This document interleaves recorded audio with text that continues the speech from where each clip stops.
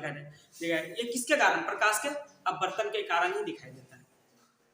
ये प्रकाश का ये जैसे पानी में मछली चला, कोई छोटा मछली है, ठीक ना, और वो पानी में अंदर में चल रहा है और हमको दिख रहा है सबसे ऊपर से, तो कैसा दिखाई देगा? बड़ा दिखाई देगा। कैसा दिखाई देगा?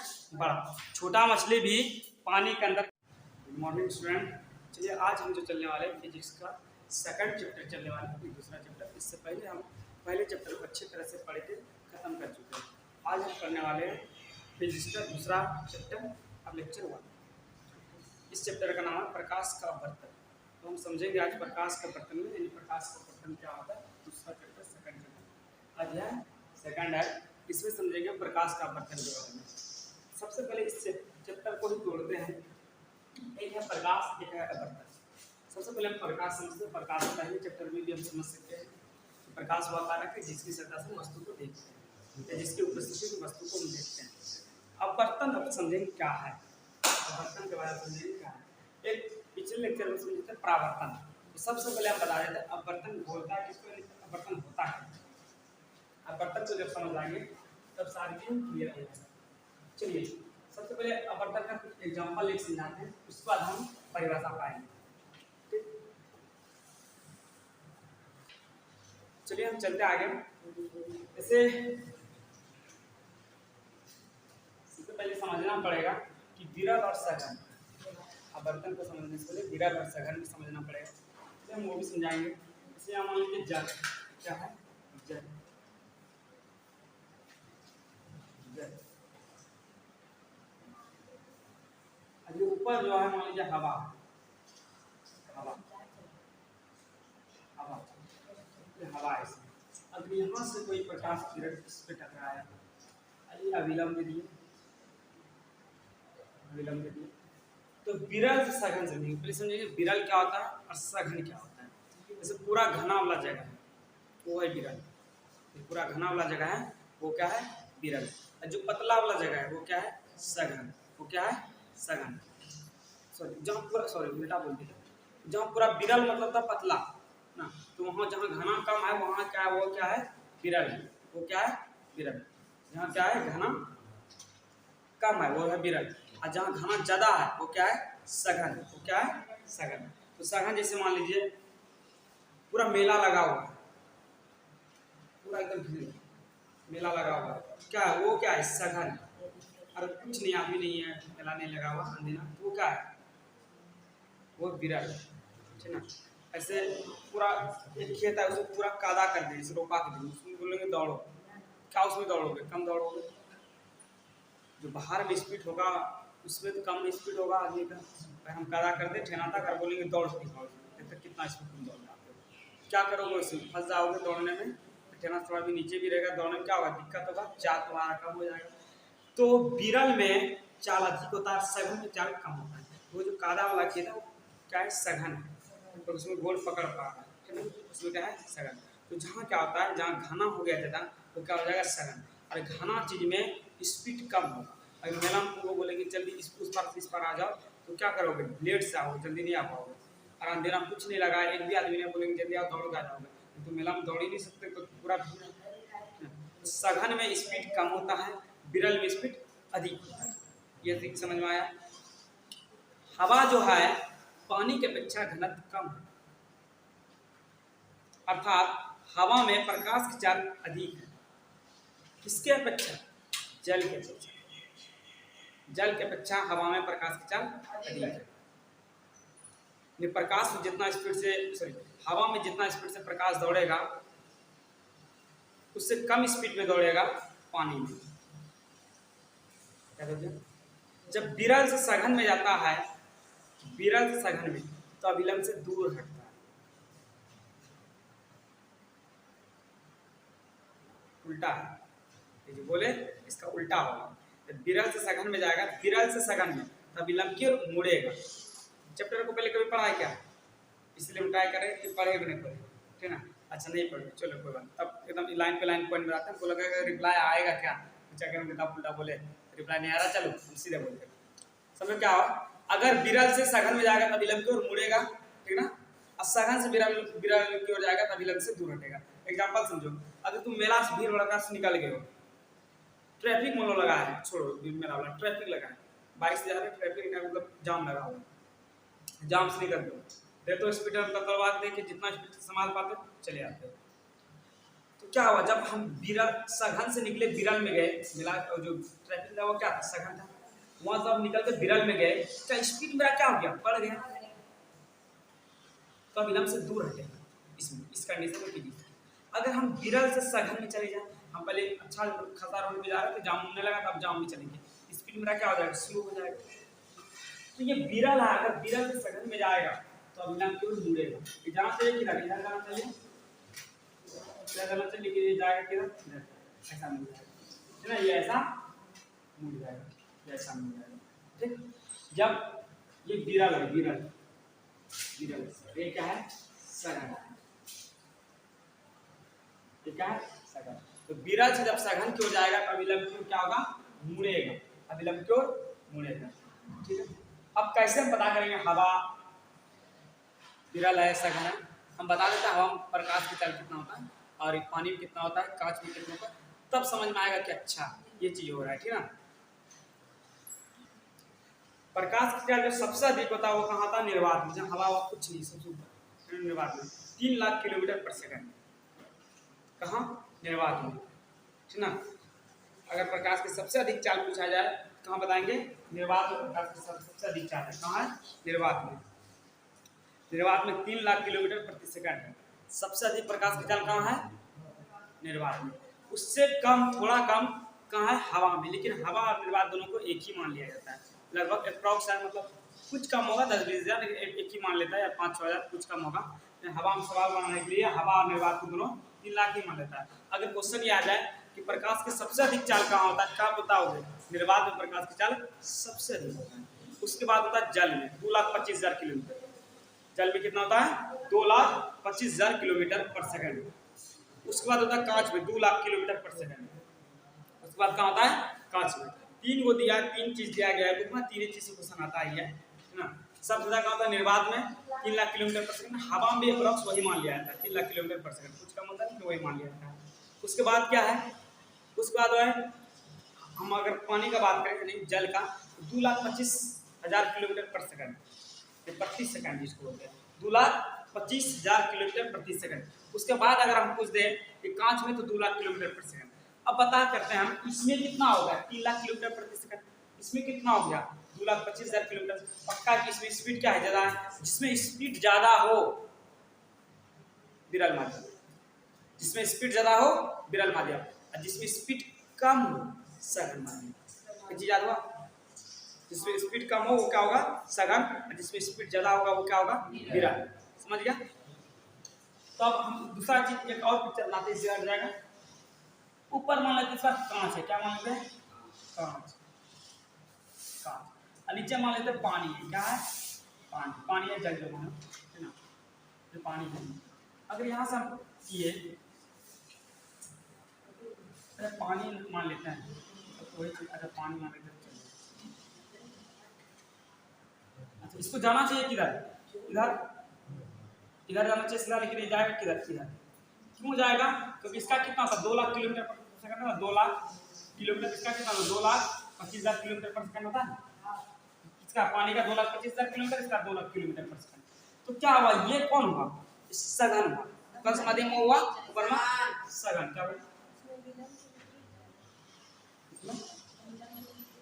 अविलंब से दूर हटे, हाँ वही, ये सघन होगा, अरे क्या होगा नीचे वाला विरल, नीचे वाला क्या होगा, विरल माध्यम। तो देखो सघन से जा रहा विरल में, अविलंब से दूर हटेगा, अविलंब से क्या होगा, दूर हटेगा एकदम पूरा, अविलंब से क्या होगा, दूर हटेगा। जब हम क्या करें, खुला, मतलब ये खुला जगह हो गया, और खुला जगह में जानते हो ना, जिधर मनवा चल दिया, तब घर के पास कौन जाता है, खुला जगह है तो दूर ही जाता है, तो खुला जगह है क्या करेगा, अविलंब से दूर हटेगी, अविलंब से क्या होगा, ये दूर हट जाएगा। अगर ये तो विरल सघन से कहाँ जा रहा है, विरल, सघन से अगर विरल जाए तो अविलंब से दूर हटेगा, क्योंकि अब स्पीड बढ़ गया ना, क्योंकि सघन में स्पीड कम था ना, तो विरल में क्या हुआ, स्पीड ज्यादा होगा, तो स्पीड ज्यादा हुआ तो अविलंब से दूर हट जाएगा, और स्पीड कम रहेगा तो क्या होगा, अविलंब के ओर आ जाएगा। इसमें स्पीड कम था, क्योंकि इसका स्पीड लगभग 3 लाख किलोमीटर पर सेकंड था, 3 लाख किलोमीटर पर सेकंड था, इसका ये कांच है, इसका 2 लाख जल है 2,25,000 किलोमीटर पर सेकंड, इतना लाख किलोमीटर पर सेकंड, ठीक ना। इसलिए कि विरल था, विरल से जब सेकंड में गया तो अभिलंब की ओर मुड़ गया, और ये जब सघन से विरल की ओर गया तो अभिलंब से दूर हट गया। ये चीज समझना है। आप समझेंगे अपवर्तन का परिभाषा।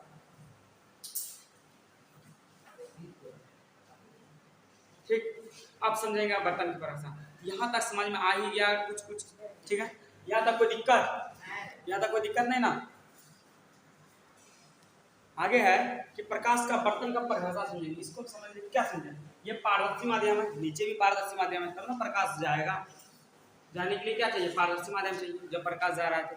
क्योंकि हम पढ़े पहले चैप्टर में पारदर्शी माध्यम ही अपने में से होकर प्रकाश को पार होने देता है, पढ़ चुके हैं। तो हम समझेंगे प्रकाश का अपवर्तन का परिभाषा। तो एक पारदर्शी माध्यम से दूसरे पारदर्शी माध्यम में, ठीक ना। पारदर्शी मतलब जो अपने में से पार होने देता है, पारदर्शी मतलब क्या हुआ, जो अपने में से पार होने देता है। एक पारदर्शी माध्यम से दूसरे पारदर्शी माध्यम में जाने पर किरण क्या होता है, मुड़ता है, या क्या होता है, दिशा परिवर्तन होता है। इसी प्रक्रिया को प्रकाश का अपवर्तन कहते हैं।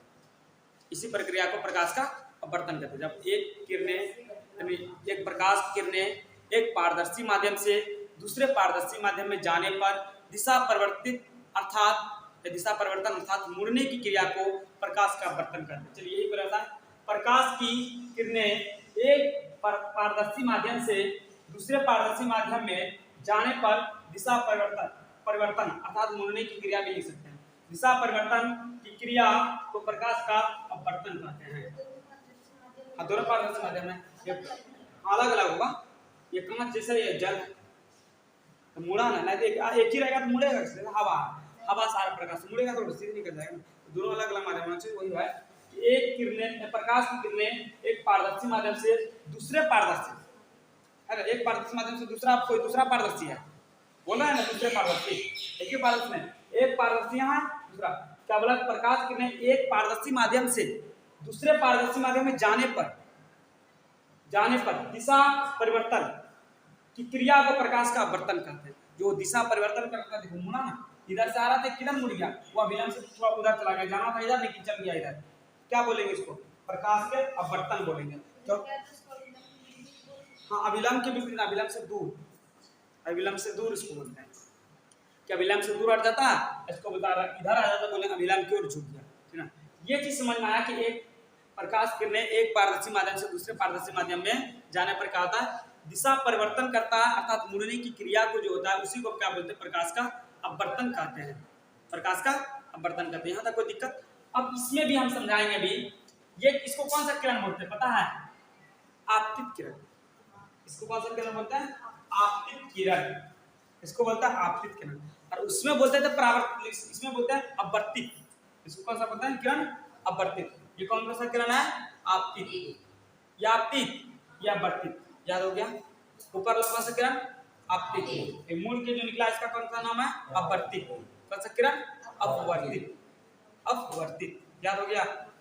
या आपतित किरण या अपवर्तित किरण, याद हो गया। तो हम ये समझेंगे कि अब इसका नाम क्या है, इसका नाम है अभिलंब।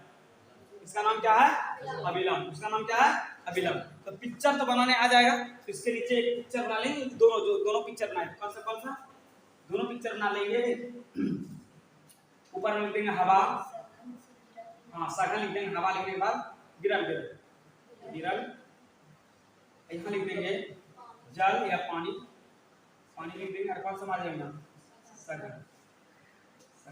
अब ये दे देंगे जल, यहाँ से प्रकाश किरण ऐसे गुजारेंगे, अभिलंब खींच देंगे, तो क्या होगा, अभिलंब की ओर मुड़ जाएगा, इसको जाना था इधर, ये किधर जाएगा, इधर जाएगा। ये आपतित किरण है या अपवर्तित है। अब छोटा छोटा डाल दो, लिखना कोई जरूरी नहीं, किधर जाएगा। ऊपर में लिख देते इस बार, कहाँ से लिख देते क्या, इसका यहाँ पिक्चर है, हाँ ये इसके बाद ये होता है, ठीक ना। ये क्या हो जाएगा, कि मूड होगा अभिलंब, ये और ये दोनों ऊपर हो जाएगा पिक्चर। क्या लिखेंगे, ये उस साइड पे ऊपर, ये उसको ऊपर, ये सघन लिखे, कांच लिखे, सघन लिखे, 2 लाख किलोमीटर पर घंटा होता है, सॉरी पर सेकंड, 2 लाख किलोमीटर पर सेकंड। इसमें होता है 2,25,000 किलोमीटर प्रति सेकंड। यहाँ तक लिखिए पहले, आप लोग स्क्रीनशॉट मार लीजिए। चलिए अब आगे समझते हैं इस पॉइंट में, इस पॉइंट में सारा चीज समझ लिए हैं। ये वायु है मतलब विरल है, विरल है। ये कवच है मतलब सघन है, सघन। विरल से अगर सघन में आ रहा है तो अभिलंब से दूर हटेगा या अभिलंब की ओर मुड़ेगा, अभिलंब की ओर मुड़ेगा। मतलब ये पिक्चर इधर होना चाहिए, पिक्चर थोड़ा ये पिक्चर होना चाहिए, उल्टा बन गया था। इस पिक्चर इधर जाना चाहिए लेकिन ये आएगा किधर, इधर आ जाएगा, इधर ना आएगा यहाँ से। तो जब विरल से जा रहा है सघन में, विरल से सघन में तो अभिलंब की ओर मुड़ जाएगा, तो अभिलंब की ओर मोड़ दिए। आगे समझते हैं कि इसमें ये जो आता है किरण, ये इस पे टकराता है आपतन बिंदु पे, इसको बोलते हैं आपतित किरण। इसको क्या बोलते हैं? आपतित किरण। ये जो किरण निकला, इस किरण का नाम क्या? अपवर्तित किरण। क्या नाम है? अपवर्तित किरण। क्या नाम है? अपवर्तित किरण। अभी जो ठीक है, ये जो बीच में डाले हुए हैं एन और एम, इसका नाम है अभिलंब। इसका नाम क्या है? अभिलंब। ये जो आपतित किरण और अभिलंब के जो बीच कोण बनाया उसका नाम क्या हुआ? आपतन। उसका नाम क्या नाम हुआ? आपतन। तो अभिलंब क्या बोला? आपतित किरण और अभिलंब के बीच बना कोण को आपतन कोण कहते हैं। और ऐसा याद हो गया? बोले आपतन कोण क्या? तो अभिलंब और आपतित किरण के बीच बना कोण को आपतन कोण कहते हैं। अब एक अपवर्तन कोण। तो अपवर्तित किरण, अपवर्तित किरण और अभिलंब के बीच कोण को क्या कहेंगे? अपवर्तन कोण। तो अपवर्तित किरण और अभिलंब के बीच के बना कोण को क्या? अपवर्तन कोण। ठीक, ये याद हो गया? अपवर्तित मतलब जो मुड़ा ना, जो मुड़ने लग गया उसी को अपवर्तित किरण। जो दूसरे माध्यम में गया जाके क्या हो गया? मुड़ गया, उसी को बोलेगा अपवर्तित किरण। तो नहीं, वो तो परावर्तन, अगर टकरा के लौट जाता तो परावर्तन का नियम है। हाँ, सीधा मुड़ता है, कुछ नहीं निकल गया। हम उसका भी बताएंगे, जो अभिलंब अगर लंब पड़ेगा कैसा वो किरण निकलेगा, वो भी होगा। तो हम क्या समझ गया? आपतित किरण समझ गए कि जो दो माध्यम को अलग करने वाली जो किरण है, दो माध्यमों को अलग करने वाली आपतन बिंदु जो किरण टकराएगा उसको क्या बोलेंगे? आपतित किरण। या दो माध्यम या अपवर्तित किरण क्या हुआ? जो मुड़ के दूसरे माध्यम में चले गए, दिशा परिवर्तित करके जो दूसरे माध्यम में चला गया, अपवर्तित किरण। कोई दिक्कत? फिर हो गया अपवर्तन कोण भी बोल देंगे। अपवर्तित किरण और अभिलंब के बीच बना कोण को क्या बोलेंगे? अपवर्तन कोण बोलेंगे। आपतन कोण बोल देंगे अभिलंब और आपतित किरण के बीच बना कोण को आपतन कोण कहते हैं। इतना सा चीज समझ गया। अब समझते हैं, इसमें 2-3 पॉइंट भी लिखना कि आपतित किरण किसे कहते हैं? आपतित, पहला सुनिएगा, आपतित किरण लिखना पड़ेगा, इसको परिभाषा समझना पड़ेगा। पहला पॉइंट ये होगा। दूसरा पॉइंट होगा अपवर्तित किरण समझ लेते हैं।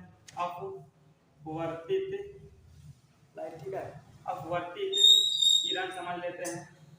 दूसरा समझ लेते हैं आपतन कोण। तीसरा में आपतन कोण। चौथा समझ लेते हैं हम अपवर्तित कोण, अपवर्तन कोण दिख रहा है। पांचवा समझ लेते हैं हम लोग आपतन बिंदु,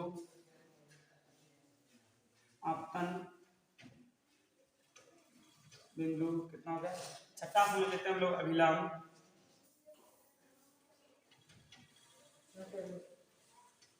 समझ लेते हैं।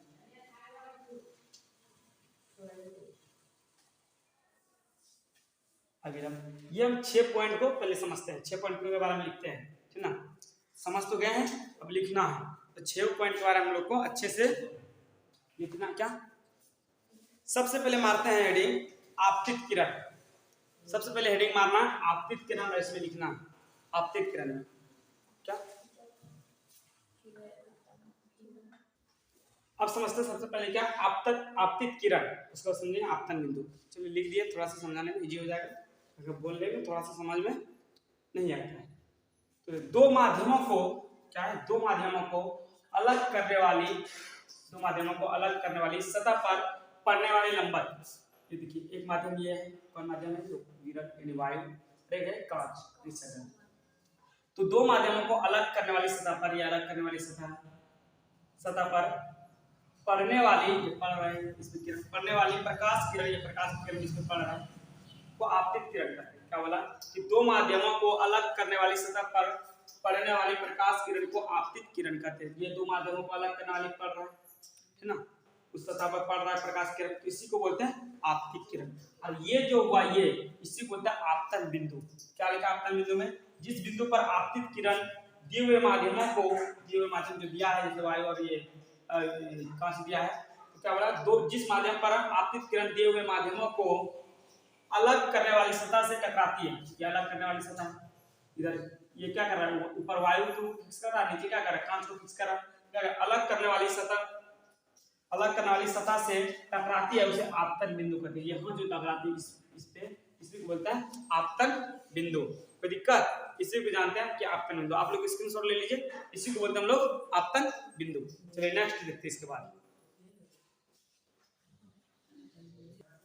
अब समझते हैं नेक्स्ट पॉइंट, अभिलंब, अपवर्तन किरण, आपतन कोण, अपवर्तन कोण। पहले अभिलंब, किसी सतह के क्या है, किसी सतह से के किसी सतह कोई सतह है, किसी सतह के किसी बिंदु पर, कोई बिंदु है, किसी सतह के किसी बिंदु पर खींचे गए लंब, ये लंब है, लंब खींच दिए, खींचे गए लंब को अभिलंब कहते हैं। खींचे गए लंब को उस बिंदु पर अभिलंब कहते हैं या अभिलंब कहते हैं। आगे है अपवर्तित किरण, दूसरे माध्यमों में मुड़कर, दूसरे माध्यमों में मुड़कर जाती हुई प्रकाश किरण को अपवर्तित किरण कहते हैं। दूसरे माध्यमों में जा रहा किरण, जाती हुई प्रकाश किरण को क्या बोलते हैं? अपवर्तित किरण। क्या बोला? दूसरे माध्यमों में मुड़कर जा रहा है, इसको जाना चाहिए इधर, लेकिन ये आ गया इधर, तो उधर आता। दो चीज में अगर यहाँ देते सघन, यहाँ देते विरत, सॉरी यहाँ देते सघन, यहाँ देते विरत, उधर जाता। क्या बोला है कि मुड़कर लगा दिया गया है, तो कोई दिक्कत है। दूसरे माध्यम में मुड़कर जाती हुई प्रकाश किरण को अपवर्तित किरण कहते हैं। नेक्स्ट है आपतन कोण। आपतन कोण मतलब ये वाला कोण। तो क्या आपतित किरण और अभिलंब के बीच बना कोण को आपतन कोण कहते हैं।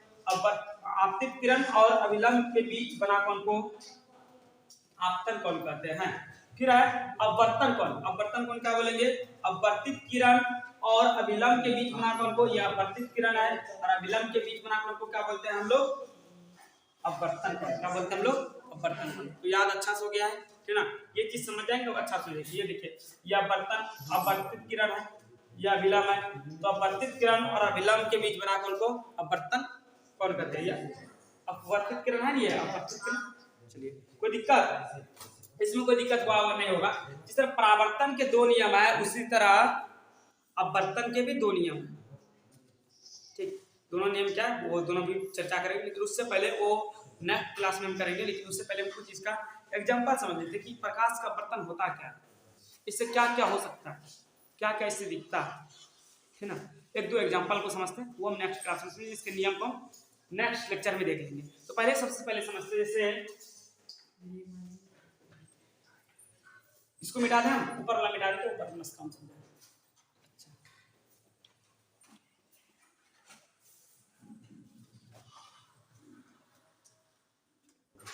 अब प्रकाश के अपवर्तन का कुछ हम लोग एग्जांपल देखते हैं। जैसे घर में एक बाल्टी है, जैसे घर में एक बाल्टी है, क्या है बाल्टी है, क्या एक बाल्टी है। इस बाल्टी में कोई सिक्का डूबा हुआ है, कोई सिक्का गिरा हुआ है, इस बाल्टी में कोई सिक्का गिरा हुआ है। अगर यहाँ पे सिक्का गिरा हुआ है तो ये यहाँ पे दिखाई देगा, या और कहीं भी थोड़ा ऊपर दिखाई देगा। क्यों? क्योंकि प्रकाश का अपवर्तन के कारण ये जो पेड़ियां हैं, पेड़ियां मतलब नीचे वाला जो ऊपर आता है, ये हमको बहुत नजदीक दिखाई देता है। ऐसा क्यों होता है? क्योंकि क्या हो, प्रकाश का अपवर्तन। अगर कोई लाद है, लाद जैसे जिसमें हम लोग गाय को खाना देते हैं, कोई लाद है, कोई लाद है, कोई लाद है, लाद में अगर पूरा फुल पानी कर दे तो ये क्या दिखाई देगा? ऊपर इसका जो ये नीचे वाला जो भाग है, ये क्या दिखाई देगा? ऊपर दिखाई देगा। क्या दिखाई देगा? ऊपर दिखाई देगा। ये किसके कारण? प्रकाश के अपवर्तन के कारण ही दिखाई देता है। ये प्रकाश का, ये जैसे पानी में मछली चल रहा है, कोई छोटा मछली है, ठीक ना, और वो पानी में अंदर में चल रहा है और हमको दिख रहा है सबसे ऊपर से, तो कैसा दिखाई देगा? बड़ा दिखाई देगा। कैसा दिखाई देगा? बड़ा। छोटा मछली भी पानी के अंदर कैसा दिखाई देता है? बड़ा दिखाई देता है। किसके कारण? प्रकाश के अपवर्तन के कारण।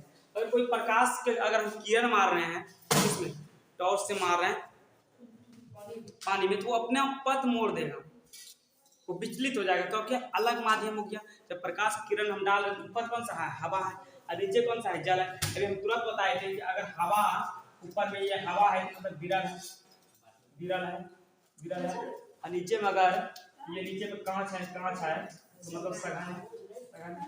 तो अगर नीचे से ऊपर से नीचे आ रहा है, मतलब यहाँ हवा है और ये जा रहा है जल में, तो अपना पथ ये क्या करेगा, मोड़ेगा, किसके कारण, प्रकाश के अपवर्तन के कारण। और विलंब से दूर हटेगा। हाँ, विलंब से दूर हटेगा। अगर कोई ये कोई कांच का कोई गिलास है, इसमें हम कोई भारी सामान या कोई गुल्ली, गुल्ली जानते हैं कांच का, कंचा जिसको बोलते हैं, कंचा डाले तो वो भी ऊपर दिखाई देता है, ठीक ना। क्यों, क्योंकि प्रकाश का अपवर्तन के कारण। जितना सारा रीजन है, जैसे हम पानी में, पोखर में, तालाब में पैर घुसा के बैठे हुए, पैर मेरा मुड़ा हुआ दिखाई देगा, थोड़ा सा बौना छोटा दिखाई देगा, तो मोटा भी दिखाई देगा, किसके कारण, प्रकाश के अपवर्तन के कारण मोटा दिखाई देगा और मुड़ा हुआ दिखाई देगा। तो तब अगर गोल रखा हुआ है पानी में तो मुड़ा दिखाई कभी दे दे तो बेहोश मत हो जाना कि मेरा पैर मुड़ गया, ठीक ना, तो निकाल के अच्छा देख लेना, संतुष्टि कर लेना। अगर पढ़े हो तो कोई दिक्कत ही नहीं, कि प्रकाश के अपवर्तन के बारे में पढ़े है, ठीक है, मुड़ा हुआ तो मतलब प्रकाश का अपवर्तन हो रहा है, समझ गए। फिर तालाब में देखे घोड़े मतलब बैठे हुए तो मुड़ा दिखाई देगा, पहले मुड़ के देखे, पहले बेहोश न जाना है, मुड़ गया मेरा, ठीक ना। तो क्या होता है, ये रीजन क्या होता है, प्रकाश के अपवर्तन के कारण। ये किसके कारण दिखता है, प्रकाश के अपवर्तन के कारण। छोटा मछली बड़ा दिखाई देना प्रकाश के अपवर्तन के कारण ही दिखाई देता है। अगर कोई तालाब में छोटा मछली चल रहा है 1 किलो का, तुमको दिखाई देगा, तुमको लगेगा 1.5-2 किलो का मछली है, इससे बड़ा है, किस कारण दिखाई देगा, वो प्रकाश के अपवर्तन के कारण, उसका साइज क्या होगा, आकार बड़ा दिखाई देता है। ये सारे रीजन जो है प्रकाश के अपवर्तन के कारण ही दिखाई देता है। इस चैप्टर में हम और भी बहुत सारा चीज पढ़ने वाले हैं, लेंस पढ़ने वाले हैं, लेंस में किस तरह, कौन सा लेंस किस में उपयोग होता है, इसमें भी हम बता देंगे बहुत सारा चीज। इसमें बहुत सारा टिंडल प्रभाव, मतलब और भी बहुत सारा चीज है, ठीक ना, प्रिज्म है, ये सारा चीज हम इसमें क्लियर करने वाले हैं। लेकिन आज भी आप नेक्स्ट लेक्चर में हम इसको और अच्छे से वेरीफाई करने के लिए नेक्स्ट लेक्चर में लेकर आएंगे। तब तक आप लोग बने रहिए। अगर वीडियो अच्छे लग रहे हैं और समझ में आ रहे हैं तो लाइक एंड सब्सक्राइब करना नहीं भूलिएगा, ठीक है। मिलते हैं नेक्स्ट लेक्चर में।